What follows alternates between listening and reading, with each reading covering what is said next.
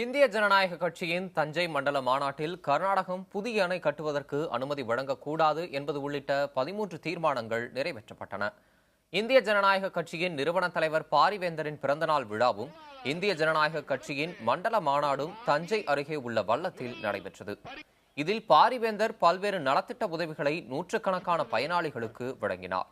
இந்த நிகழ்ச்சியில் இந்திய ஜனநாயக கட்சியின் செயல் தலைவர் ரவி, பொதுச் செயலாளர் ஜெயசீலன் உட்பட ஆயிரக்கணக்கான தொண்டர்கள் பங்கேற்றனர்.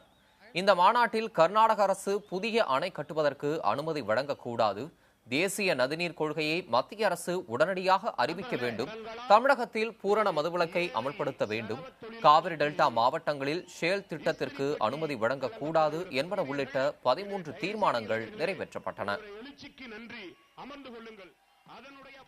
விவசாயத்துறைக்கு இளைஞர்களுக்கு ஆர்வத்தை காட்ட வேண்டும், அதற்கு வழிகாட்டுதலை செய்ய வேண்டும்.